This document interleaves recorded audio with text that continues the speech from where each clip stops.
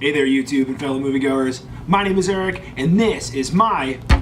Come on, break it down. John Wick Chapter 3 review. Let's get rolling.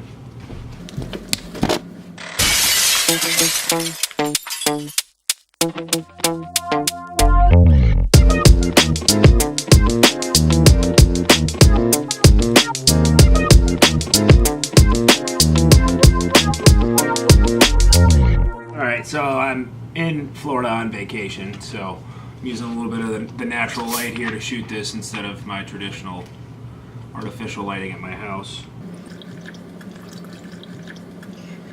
Just prepping a little vacation drink to shoot this. Don't judge me.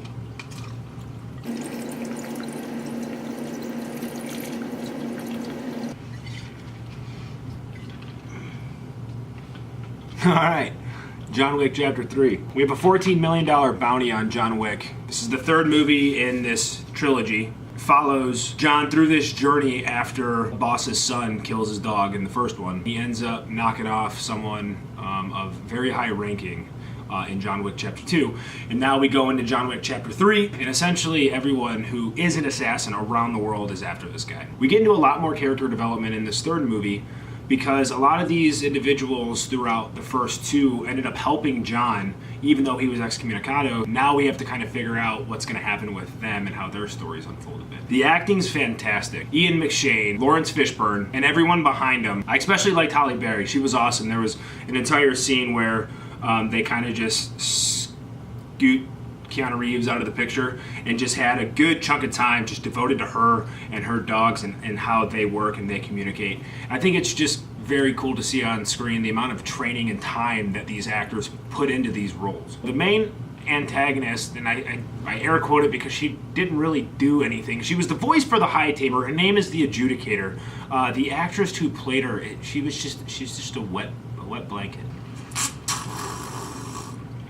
So Chad Stahelski is the one who directed all three of these bad boys, and I can confidently say I think he's probably one of the best action directors out there. I mean, look at what he's been pushing out with these. He pays special attention to detail in fight scenes. There are scenes throughout where there's knives being thrown, and some of the knives don't make contact. They get hit with the butt end and they fall to the ground. You know, there's things like that throughout that make it feel realistic, when in reality this is a very comic book-esque world that these characters live in. I think the whole point of him pushing these movies out is to really just show that the smallest thing can affect something in the greater scheme so much and so quickly, you know. Throughout all of them, it's repeatedly said it was just a dog. It was just a dog. You know, this driving force that's making John kill and pillage forward, it was just a dog. Well, that small event has turned into now this, you know, international thing. This is a John Wick film, and I mean that in terms of like the cinematography is just very specific to these movies now. They just have a certain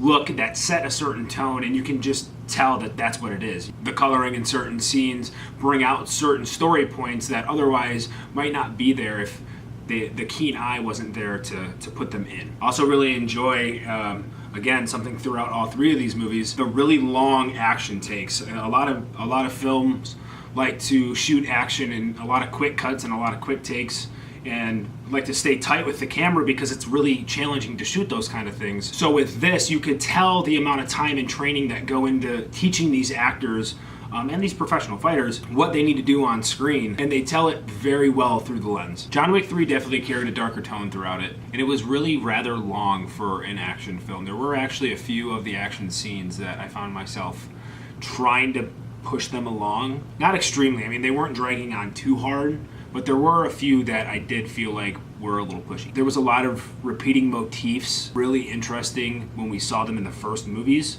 A lot of how he does his stabbings or his gun movements that we're now seeing again in this one that just don't have the same flair because we've already seen them.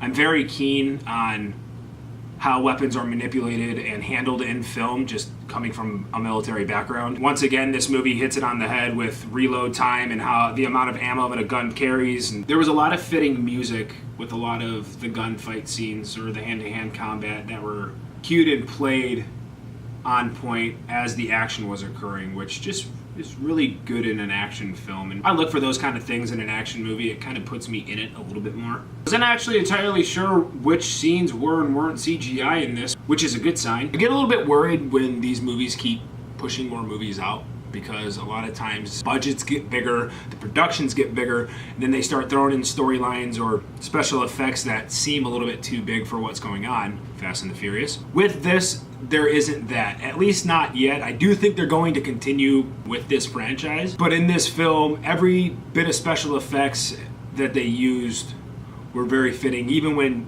John Wick was riding the horse, he did his whole over the side to fight scene. It's done effectively, and it looks really clean and crisp. Overall, John Wick was an adrenaline rush and a good time to watch. Like I said, I did have a little bit of issue with some of the acting and the runtime. Again, I do feel like there was a little bit of footage or dialogue that was a little bit unnecessary, and it dragged it on a little bit.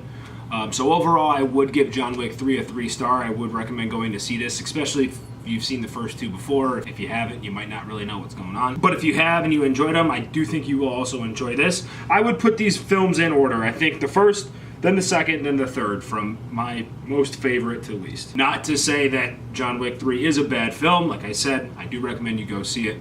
Yeah.